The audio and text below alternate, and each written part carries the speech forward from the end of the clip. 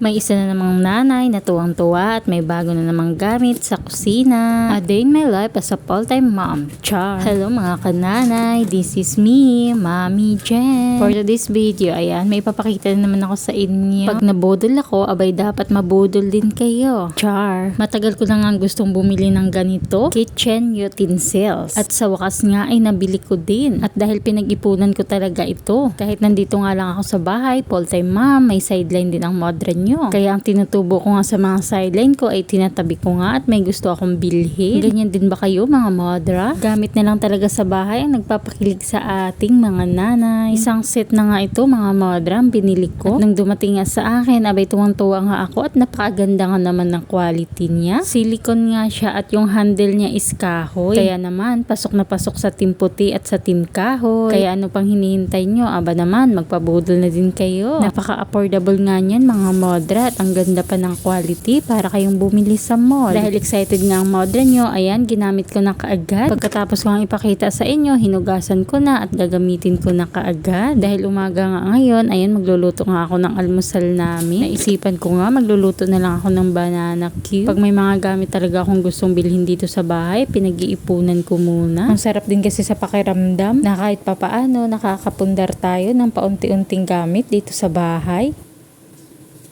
At ayan na nga mga modra ang aking almusal. Tulog pa nga ang mga bata sa mga oras na ito kaya mauna na ako mag-almusal sa kanila. Banana cue with kape. Tara, kain po tayo. At maya-maya nga ay nagising na nga si Kuya Jeyo at lumabas nga sa kwarto. Abay tuwang-tuwa at may dalang pera. Good morning. What's that? You give me Tot Fairy? Opo. Where's your kit? Nakakuha na nito, Fairy. Kuha na ni Tot Fairy. O saan may lalagay yung money? Aba, nag-iipon ng bata. Oh. Nagpapalit na kasi ang ngipin ni Kuya Jeyo. Kaya nung nabunot ko nga, yung isa sa ngipin niya, abay nilagay niya talaga sa ilalim ng unan niya. At kukunin nga daw ni Tot Fairy at bibigyan daw siya ng pera.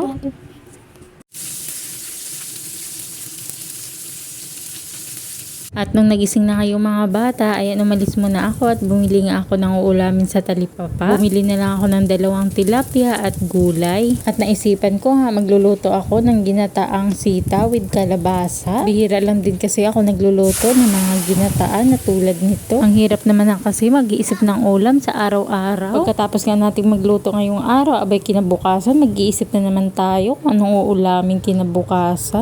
Naman talaga. Mapapakamot ka na lang talaga sa ulo. Mas lalo nga akong sisipagin sa pagluluto nito dahil may bago nga akong gamit dito sa kusina. At tuwang-tuwa nga ako gamitin ito. Ang dami ko ang dala sa inyo, hindi ko na nga namamalayan na malapit na nga ako matapos sa aking pagluluto. Naglagay nga lang ako ng 1 basong tubig dyan para mapalambot ko nga yung sitaw at kalabasa.